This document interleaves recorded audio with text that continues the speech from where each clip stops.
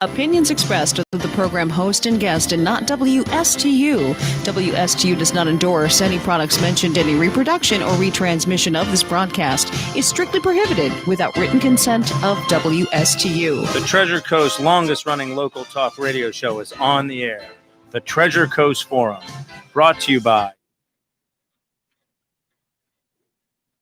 Get interested, get educated, get involved, and give us a call with your opinions at 220-9788. And here's your host of the Treasure Coast Forum. Hi, everyone. My name is Connor Eric, and I'm your host today for the WSTU 450 Treasure Coast Forum. I'm here with Anika Boku, Clinton Oriofe. And today's show is brought to you by Friends and Neighbors of Martin County. Friends and Neighbors of Martin County is your free newsletter for the citizens, voters, and taxpayers, and is your government watchdog throughout Martin County. We cover what happened at the latest meeting and explain what your commissioner, school board member, or council member is doing with your tax dollars. You not only get your news, but an explanation of why the vote happened that way. Friends and Neighbors of Martin County is happy to be a supporter of youth in government. Better government is what the newsletter is all about. So to get your free newsletter in your inbox twice a month, go to friendsandneighborsofmartincounty.com and sign up today. That's friendsandneighborsofmartincounty.com. All right. So essentially, sorry. That's good. You're doing great. Go ahead. So Youth in Government is basically a group where young students in high school are able to essentially role play as governors or legislators or even, judges and lawyers.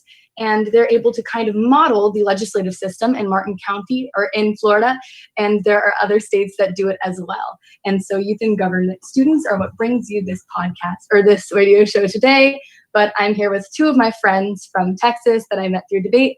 And today we're going to be talking about Black Lives Matter and the crisis in Yemen and a couple of other things. So let's start off with Black Lives Matter. So obviously the, death of George Floyd really spiked an outcry in this country, as it should have. It was a devastating death, and the officers have been arrested and charged with second-degree murder, but it's not enough. And we see this demand for systemic change and large changes in our system, because we've seen the impacts of systemic racism on Black folks all over the country for hundreds and hundreds of years, and that's definitely something that needs to change. So all across the country, the protests continue, and we're really seeing like a large uprising of youth and, all ages coming out to demand real change in our country. So if anyone else wants to comment on that, yeah.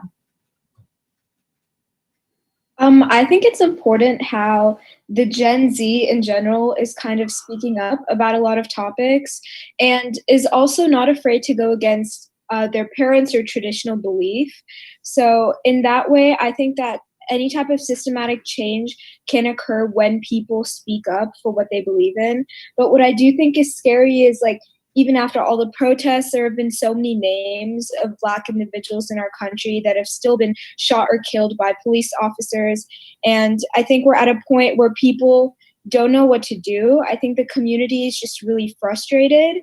And so we're at a point where no one can or should judge them, but rather help them and talk about what our country can do to change that. Absolutely. And we've seen that action kind of come into play firsthand. Just recently, Mississippi lawmakers passed a bill to remove the Confederate symbol from the state flag. And I think it's really interesting to see, wow, these symbolic changes, honestly, they simply aren't enough. And we need to see the systemic change. Just seeing how much raising your voice, whether it's in the streets or through social media, truly has an impact on what happens. And, taking a flag off of, taking a symbol off a flag simply isn't enough. And we need to see these changes, on the more legal basis and reform our police system, reform our basic justice system.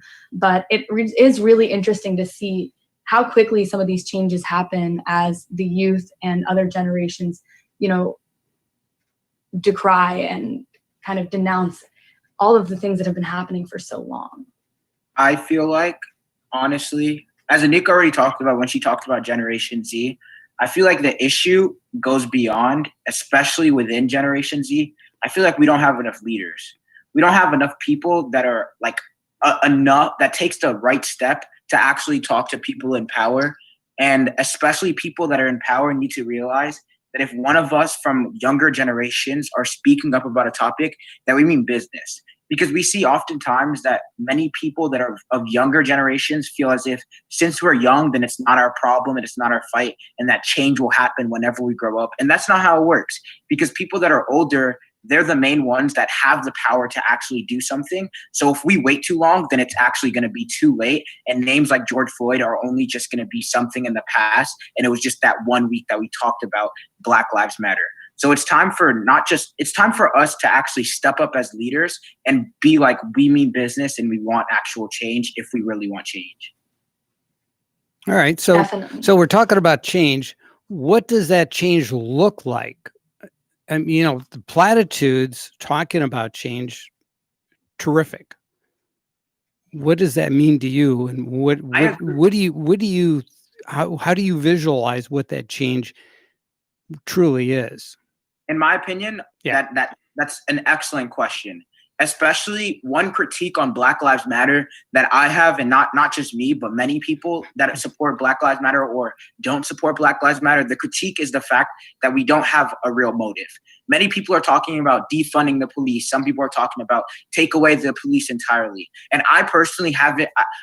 I've seen police reform. I've looked into police reform, but I don't have a straight enough answer, just because there are so many different possible systemic changes that root back not just from right now, but to the 1980s and the 70s and before then. So my answer would have to go. I wouldn't be able to give a straight answer, if I'm going to be honest. I think when it comes to change, it honestly just comes to policy, which is why I think the youth is basically yearning for the older people who are in office and who have that power to listen to us. I think things like qualified immunity, which sure, they may be important, but Well, you should explain what that qualified immunity means to our listeners. Yeah, so qualified immunity basically gives power to law enforcement in terms of what acts they're actually going to be criminalized for. So for example, like many times, the argument is that the law enforcement can conduct acts of violence that if a regular citizen did, they would be convicted of that crime. And so it's this idea of like a qualified immunity. Because you're part of law enforcement, you're quote unquote like better or more protected than everybody else, that a lot of people don't believe in, because the police officers, the law enforcement, they are here to protect us, but they're in no means better than us. They're still citizens. They're still one of us. And if they commit some type of crime that is wrong, then they should be convicted of that. I also think little things in policy, such as like, one thing that has been going around is that police officers don't spend that much time in training. Lawyers have to go through years and years of schooling, trying to understand all of the laws, trying to understand the amendments and like when to do what and stuff like that. And I think the fact that even in other countries, like the process of training as a police officer is much longer than the process in America. So honestly, like I think that the movement Black Lives Matter is just trying to shed light on these little things, and is saying like qualified immunity is not always good, is saying police officers need more training, and is just trying to look at the issues that were brought up years ago, like Clinton said, in the 1960s and 70s, and say it's been decades and nothing has been done.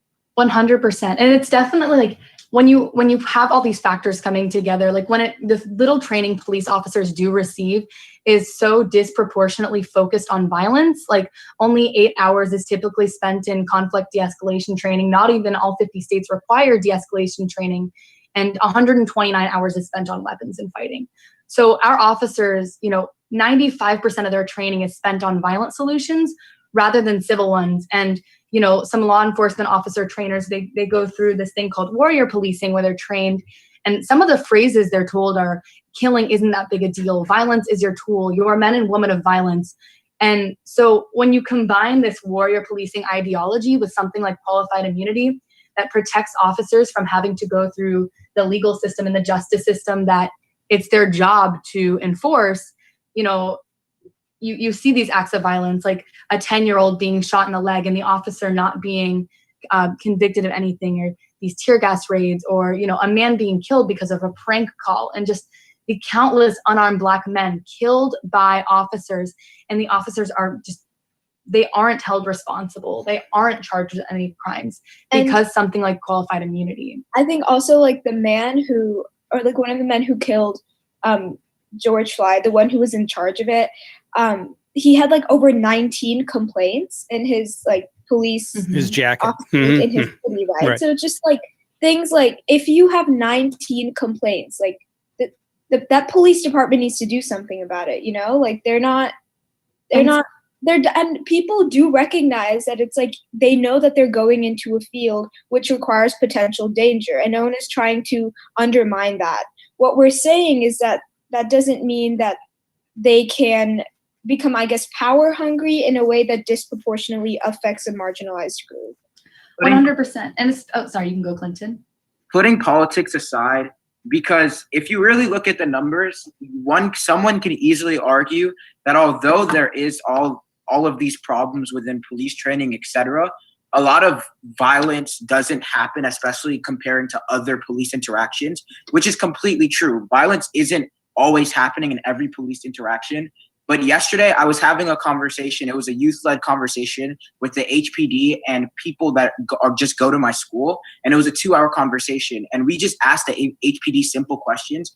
And especially since I live in a predominantly person of color neighborhood, the problem isn't even just the fact that police officers take violence in some instances. It's the problem that there isn't that much communication between police officers and people that live in the community, because many people don't even know that their neighbor literally are police officers. The person right next to them is a police officer. And I feel like that's a problem. It's a problem that many people that are just like young African Americans, just like me, that whenever you see a police officer, the first instance that you see is fear. And even if that police officer is actually like a moral one that wouldn't use violence, it's that right there is a problem. So I feel like when it comes to change, it goes beyond just politics, but rather just taking the human side of things and making people that live in these communities realize that these police officers are human as well. And I feel like it's their obligation to make sure that change is made on their part. Like, it's like creating a sense of community, right? Because like at the end of the day, the police officers are meant to protect a community. It shouldn't be like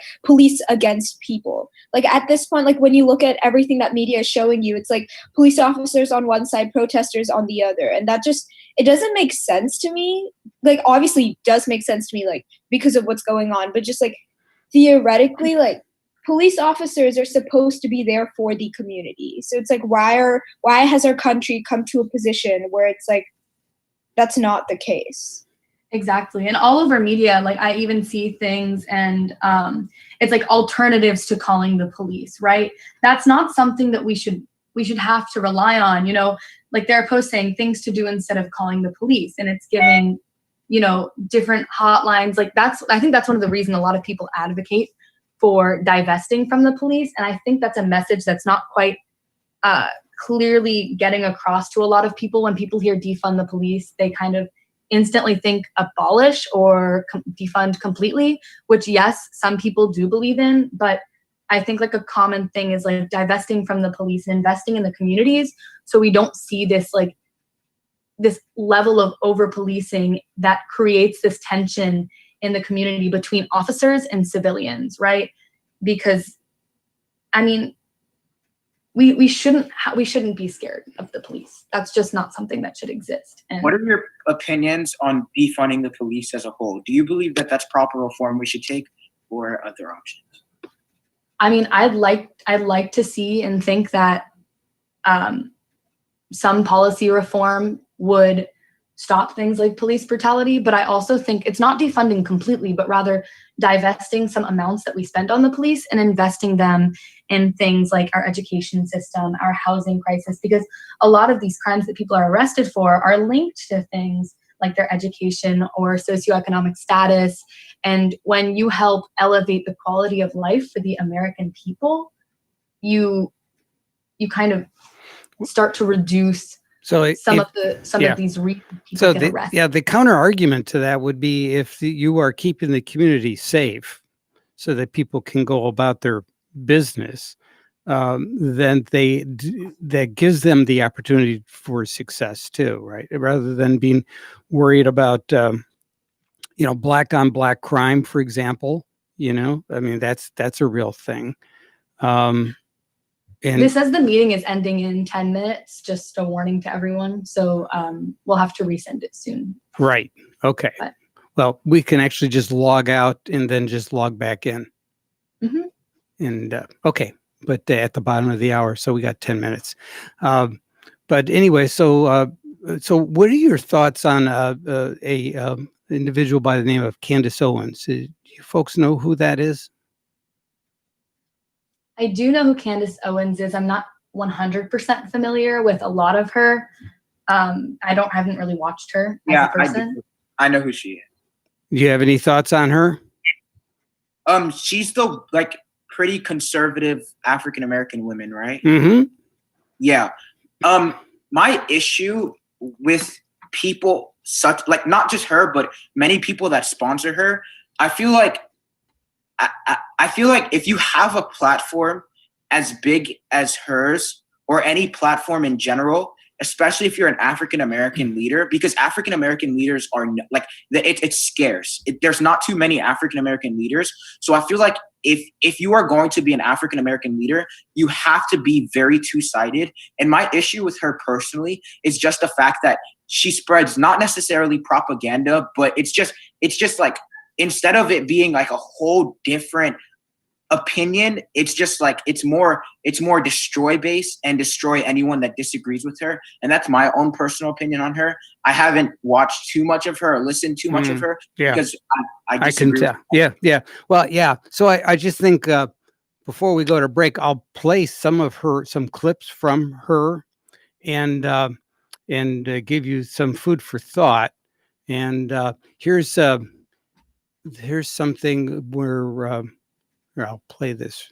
But I believe the legacy and the ancestry of Black Americans is being insulted every single day. I will not pretend to be a victim in this country. And I know that makes many people on the left uncomfortable. Yes. And Democrats on the House Judiciary Committee. Okay, let me advance it to another point here. Wait, hang on a second. All right, here we go. I'm going to pick it up at this point. Drew attention for a lot of reasons. I think in many ways people on the right felt vindicated. And I know that there were a lot of moderate people that came over and realized that what I was talking about were actually real issues in Black America. I touched upon the illiteracy rates. 75% of Black boys in California not being able to read is a problem in Black America.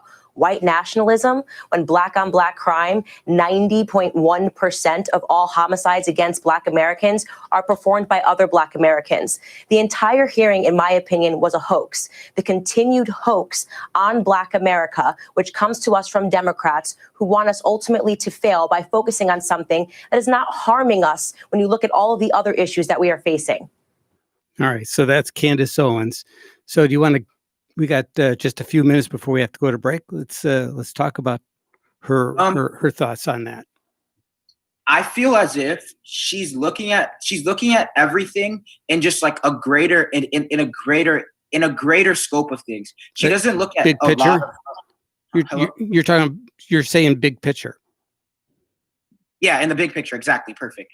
So my issue with her specifically is that she's one of the people that don't like ask why do people actually go through things like this. I had this conversation with my friend a couple of days ago, and it was just basically people that believe in the logic that many people do not go to school, that they drop out, and that they should be going to school, and that they shouldn't be turning to violence. But what they don't realize is that when it comes to the situation of the fight for survival, sometimes I wouldn't say that crime is the only option, but it's just the option that's placed in front of you. So I feel like the issue with her is the fact that she's looking at this from not necessarily a privileged point of view, but just but she didn't start out as a person of privilege at all. I know that, but she managed to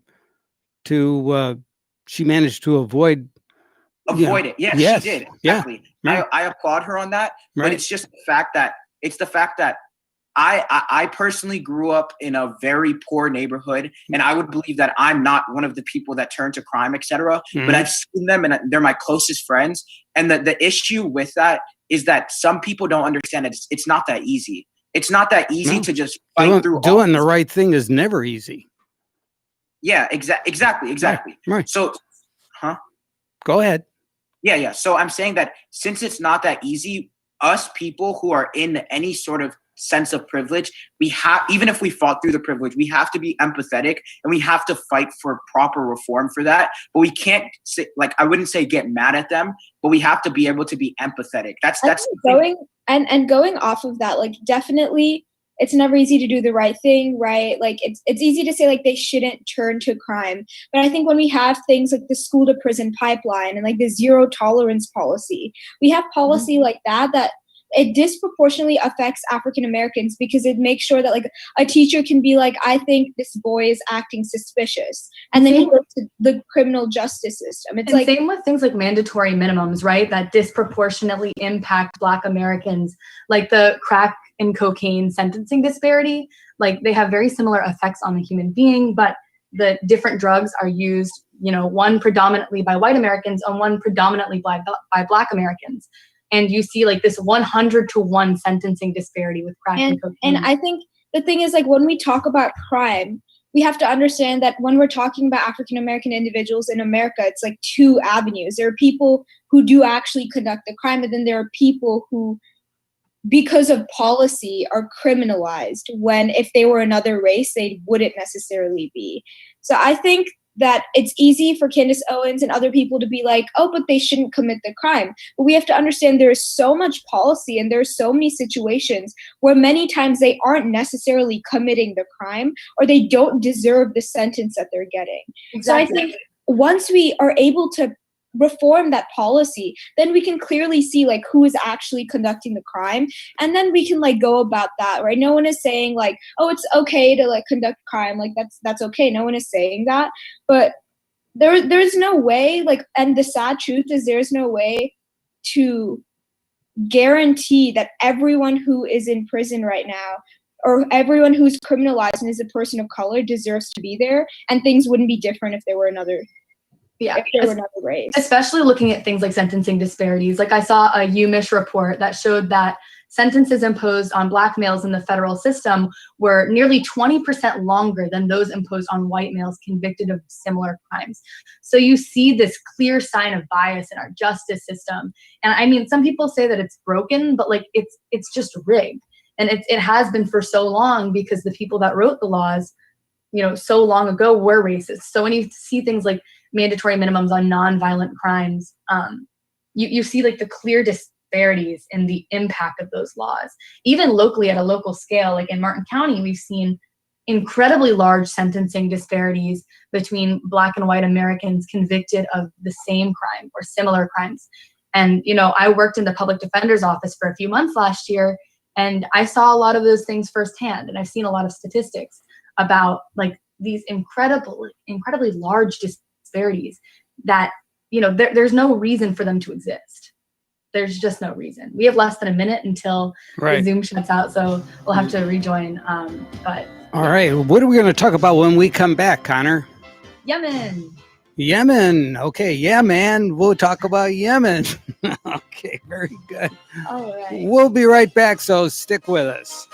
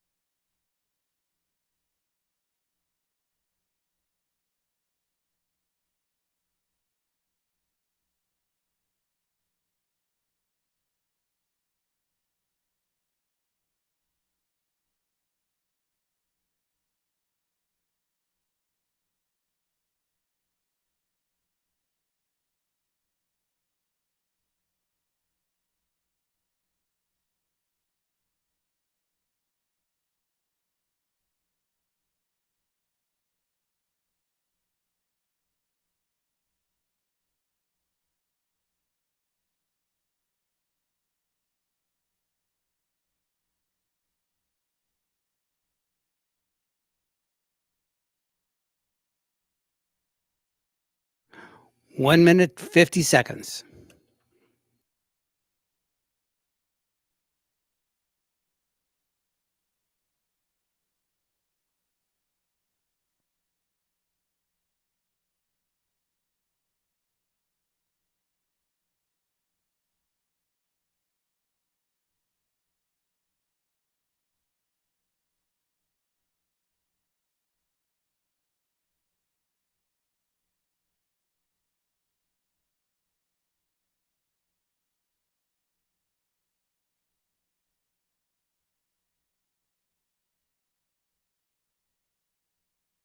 One minute, 10 seconds.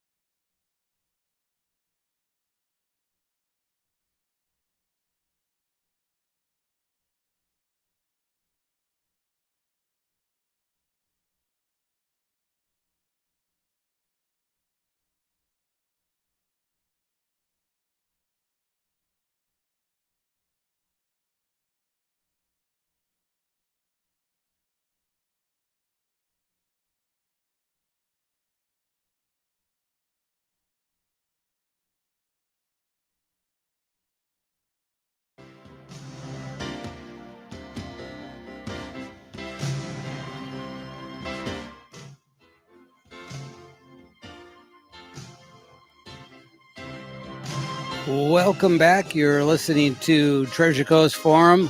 Are we connected again? I believe we are. All right. Take it away. So in this half of the show, we're going to be talking about Yemen and not only the humanitarian crisis, but the proxy war that's going on there and how the United States has contributed to that war and kind of what we can do as citizens to try to help the situation there. So essentially what's going on in Yemen is there is an insane humanitarian crisis happening in which, according to a study in 2018, 130 people die every single day of malnutrition or hunger or sickness. But we also see an armed conflict happening in Yemen between the Houthi rebels backed by Iran and Saudi Arabia that has led to tens of thousands of citizens being killed. And so essentially how the United States has contributed to this is we have directly funded some of these arms sales, and we sell our arms to Saudi Arabia. And we know that they're being used to commit outrageous human rights abuses in the region, such as the Dahian airstrike, in which a US-made bomb killed 40 children on a school bus. We see this incredible, large amounts of civilian casualties. However, we continue to make these multi-billion-dollar arms sales to Saudi Arabia that have happened under both the Obama and the Trump administration. Okay. Yeah, so I remember, I think as debaters, we've talked about this topic a lot in the past few years, and it's scary that things haven't changed. I think, like Connor said, we are giving billions of dollars worth of arms to Saudi Arabia, and we're also trying to give aid to Yemen. And I think that's a little bit hypocritical or ignorant on America's part because we're not actually digging deep enough to understand what's going on. So just to add on to what Connor said, we're giving a lot of arms to Saudi Arabia, and they're actually using them against Yemen. They're doing drone attacks, stuff like that. But I think something that's important is they're actually creating blockades around a lot of ports. So the aid that we're sending to Yemen isn't getting to Yemen because Saudi Arabia is creating blockades with the arms that we gave them. And so that seems a little bit contradictory because it doesn't make sense. Why aren't we just not giving Saudi Arabia as many arms? And that's where politics comes into play, where America prides itself for being a country that is a democracy that believes in human rights, yet we are giving arms and funding to countries that do conduct human rights violations. So I think the question comes between alliances and morals and ethics and things like that. But I think it's at a point where the Yemen crisis is so bad that even if we want to prioritize our relationship with Saudi Arabia or continue giving them arms, we have to do it in a way where there is some type of transparency, because I think the lack of transparency is causing a lot of deaths. I feel like we have to ask a question and do a lot of like weighing, not just right now, but in the long term as well. The main reason why people support the arms sales with Saudi Arabia, like Anika said, is contradictory. Although it might seem contradictory, there's still a back behind it, because we have to acknowledge that there's a war going on right now. And if we do not give arms to Saudi Arabia, and Saudi Arabia keeps, like, if Saudi Arabia was to lose the war in a hypothetical, then that means that you give power to Iran. And some argue that Iran is significantly worse, and that for people of Yemen or anyone else in the area, it'll go like times 10 and even more people would die. So then you ask the question, who would you rather win the war? I'd say the thing with that is when we imposed our sanctions on Iran, they didn't have as much money to back the Houthi rebels in Yemen. And so when we imposed our sanctions on Iran and we left the JCPOA, what happened was we saw Iran actually attempting to strike peace deals with Saudi Arabia. But Saudi Arabia really didn't want anything of that.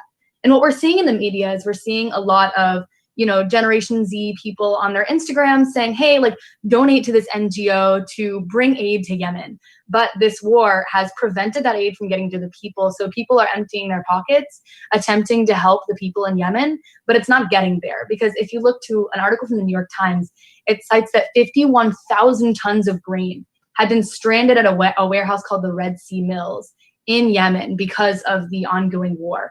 And so we're not only funding, these airstrikes and these drone strikes that are killing these Yemeni civilians, but we're also funding this famine, this humanitarian crisis, by allowing the war to prevent this aid from getting to the people that really need it.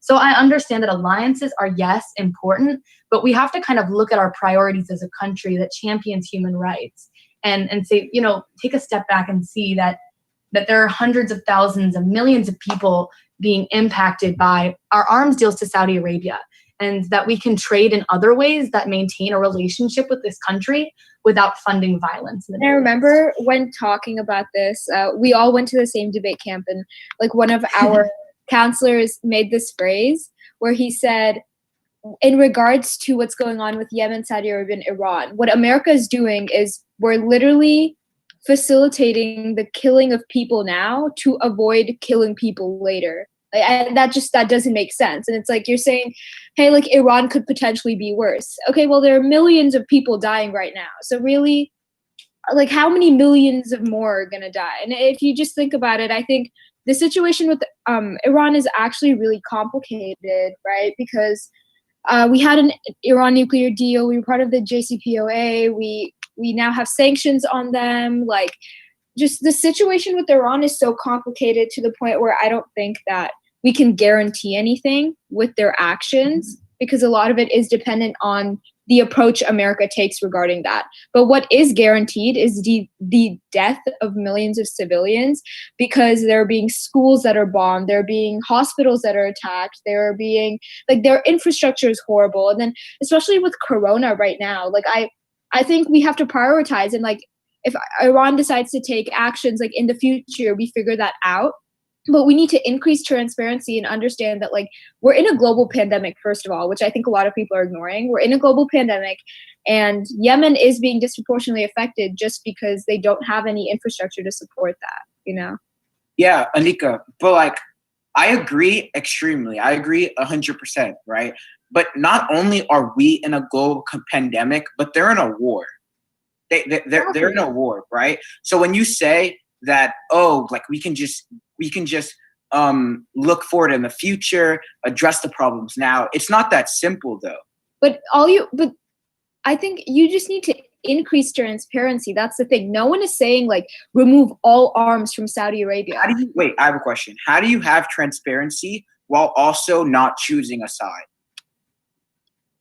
Okay, so here's the thing. We chose a side when we decided to give guns to Saudi Arabia. right? So that doesn't make sense. Like, we chose a side the moment we decided to give billions of dollars of arms to Saudi Arabia. Now the question comes to the humanitarian crisis. When you're talking about a Yemen humanitarian crisis, there's no side. Like, it's when there are like millions of people dying, you tell Saudi Arabia, you do strings attached, which is it's not that hard. Like, you say, we're giving you guns to fight Iran. Without our guns, you would be in a position where you can't fight Iran. We won't give you the guns if you continue to attack like Yemeni civilians. And obviously, like, it is way more complicated because there are Houthi rebels involved, and it's like, obviously we're oversimplifying it for the sake of just talking about it, right? But I think like the fact that America hasn't taken that position is what needs to happen. I think it's important to also address the fact that in the past, Iran and the Houthi rebels have looked to peace before. When we left the JCPOA and we placed sanctions on Iran, it stopped their ability to fund this war at the level they had before. And so as a result, the Houthis had agreed to negotiate for peace. But, as we continue to fund the arms sales to Saudi Arabia, and we make this power distribution kind of lean towards Saudi Arabia, where they have this just insane advantage in the war over Iran and over the Houthi rebels, it turns into not just a war between Iran and Saudi Arabia, but almost a genocide on the people, right? Because it's not just soldiers fighting this war. We gave Saudi Arabia a bomb, and what did they do? They hit a school bus with it and killed 40 children.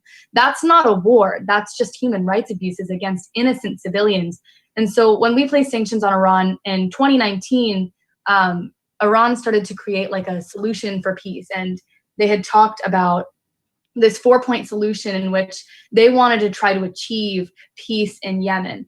But, as we continue to fund this abusive country that is Saudi Arabia, there's no solution from that. And I understand it's more complicated because we have an alliance with Saudi Arabia, but it's important to defend not just tens of thousands of people killed by the arms, but the millions of people impacted by the crumbling healthcare system, impacted by the famine. And, they're facing a war, an epidemic, a pandemic, and a famine all at once. And like, again, it's not just the direct, like, it's not the direct threat of Saudi Arabia onto the Yemenis people through drone attacks. It's the fact that they're creating blockades. Like, they're literally blocking the country from aid. And if that isn't a reason to confront them about it, then I don't know what would be. Just a question to keep the conversation going. Would you say that you would put your trust in terms of the people of Yemen, or rather just people in the area entirely, on Saudi Arabia, who has been our ally for a very long time, or on a hypothetical Iran that hypothetically can cooperate in the long term? I think this idea that it's one or the other is not necessarily true. Like, again, we're not saying that like we're taking away every single arm or completely cutting our deal from Saudi Arabia and Iran is going to win. What we're saying is we're making sure that the impact isn't on the Yemeni civilians. And everyone says like, oh, civilian casualties are, like a impact of war, right? Which is like understandable, like, and that's what sucks. But there were a lot of people who died because of war. But I think at a scale like this one, when it's just like an entire humanitarian crisis and millions are dying, it's not worth it. Exactly. And not only to mention that we, like, by knowingly funding like the murder of these civilians, I was looking at a Harvard study not so long ago, and we got to go to break, guys. Oh, okay. All right. So, but yeah, we'll pick this up on the other side. So stick with us. All right. Hold that thought. And now it's time to meet Mr. Peabody.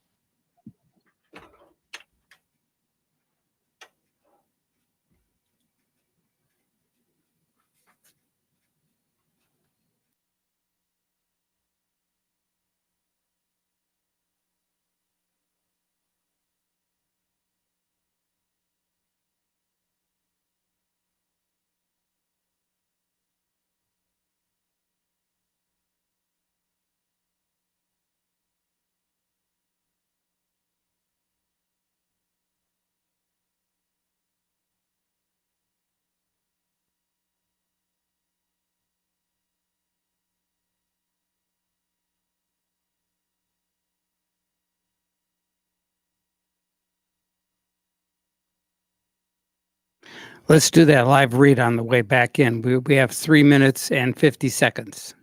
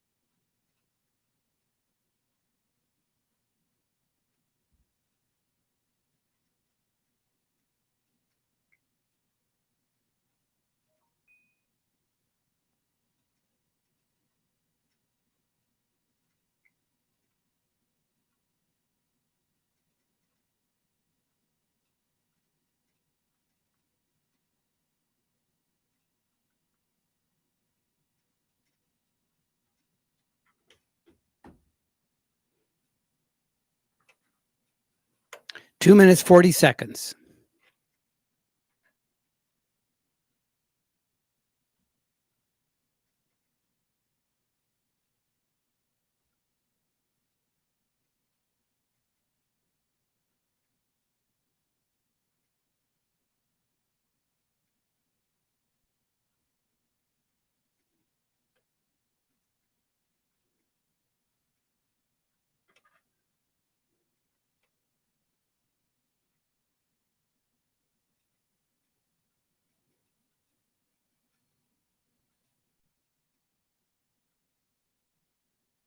Two minutes.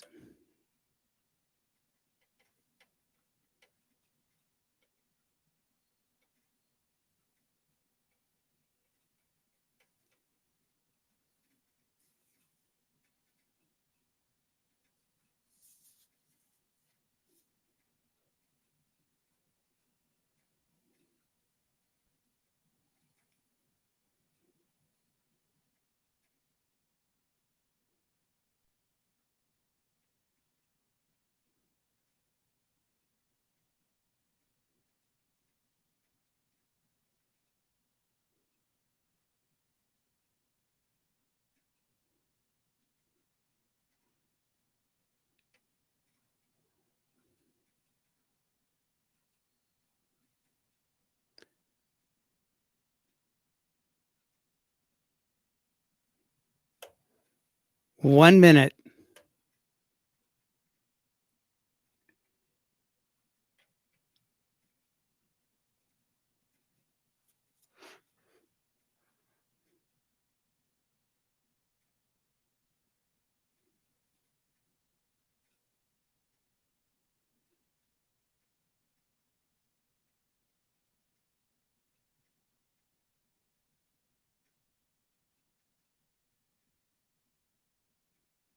Thirty seconds.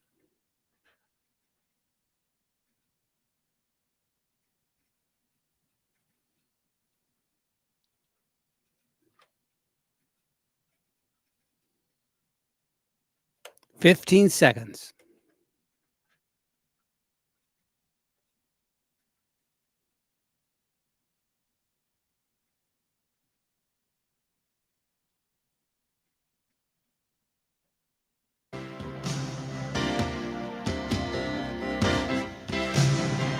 Welcome back to the Treasure Coast Forum and our panel of conversationalists here on today's show. And take it away, Connor.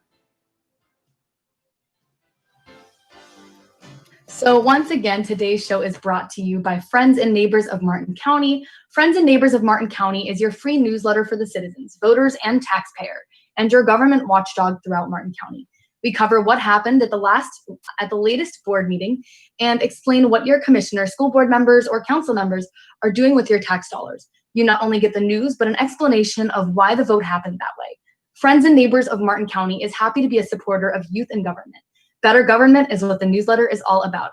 So to get your free newsletter in your inbox twice a month, go to friendsandneighborsofmartincounty.com and sign up today.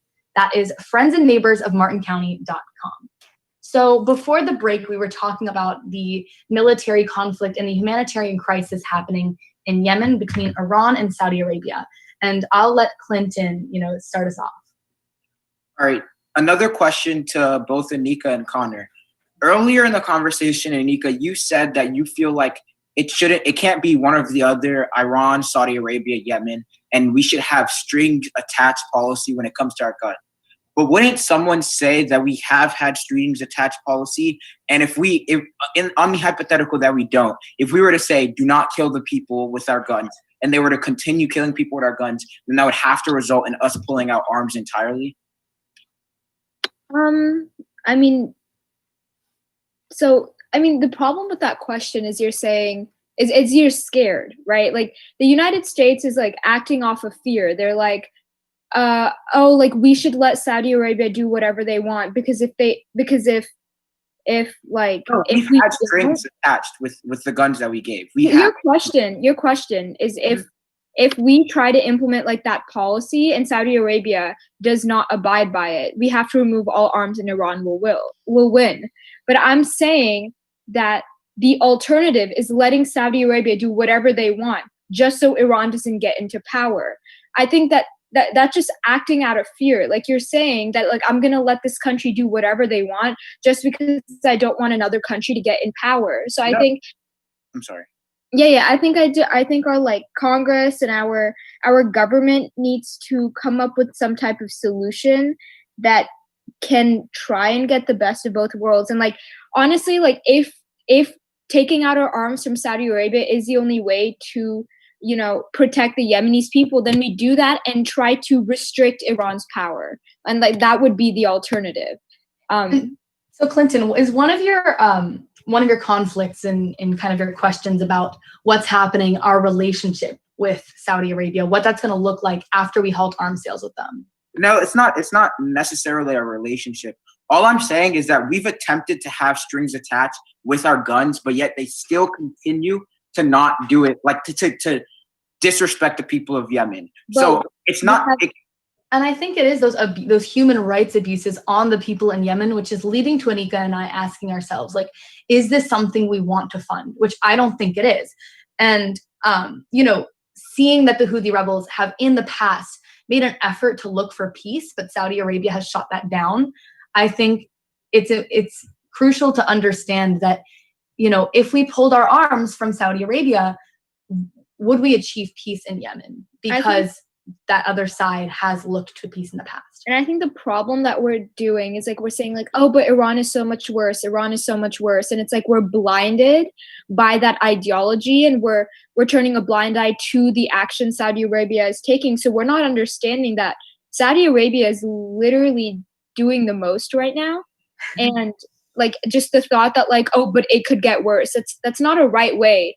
When we're looking at foreign policy, international relations, stuff like that, it's not like, oh, but it can potentially get worse. We have to think short term and long term. But wouldn't the problem be the fact that it's almost impossible for it to be a best of both worlds?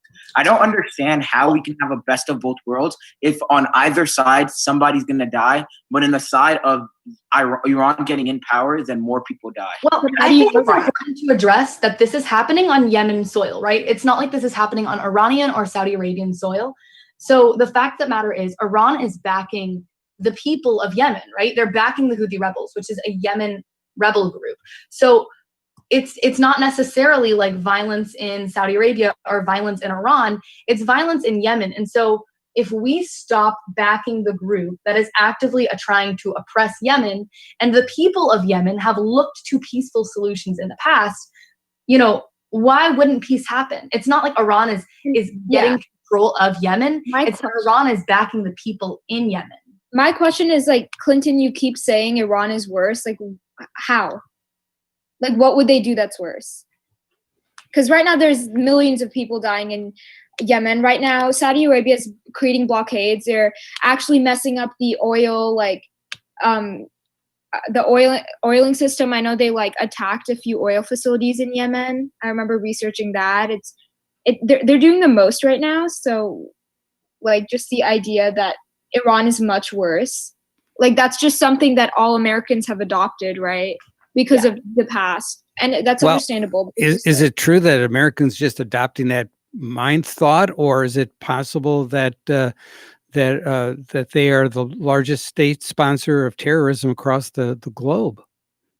No, and that I mean, that's that's got to be part of the, you're talking about long-term thinking. That has to be part of the equation. You can't allow such a large state sponsor of terrorism to have an upper hand ever. But it's also important to address the fact that we do actively have sanctions on Iran, Right. and that's exactly why they've looked to peace, because they honestly can't really afford to continue to fund this war in Yemen. They're trying to back the people of Yemen. They're trying to back the Houthi rebels.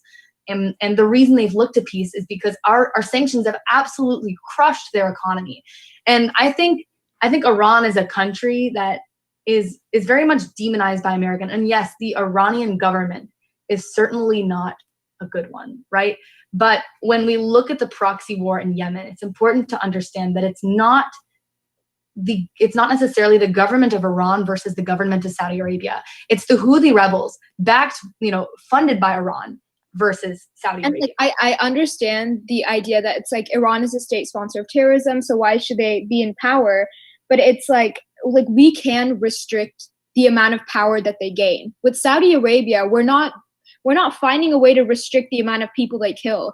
And if you're a state sponsor of terrorism versus if you're killing an entire country, people are dying in both worlds. So why not engage in the world where you potentially have the power to limit the amount of deaths, when right now we're in a world where we're obviously not in that position. Nika, Yeah. on the topic of restriction, on who we can restrict and who can we not restrict, adding on to what Mr. Frank said earlier, who would you rather have in power? Saudi Arabia, who's at least on our side, or Iran, who literally wishes our entire country will burn down? But again, I think it's not Iran being in power of Yemen. It's the people of Yemen having power in Yemen. You think so? Their own war so Iran backs them. All right, here's your 1 minute warning. 1 minute till we're out. Oh, so I guess we have to do the good, the bad, and the ugly. And, No, I think we'll have to save that for next week. all right. Well, It's thank too you. late for that. We're just gonna have to say our goodbyes. Thank you, Anika and Quentin, for joining. Yes. Thank you. All righty. Yeah, well, it's been a great show. Thank you so much, one and all. And we'll be back again here next week, right here on Treasure Coast Forum. Thanks for listening. Thank you, everyone.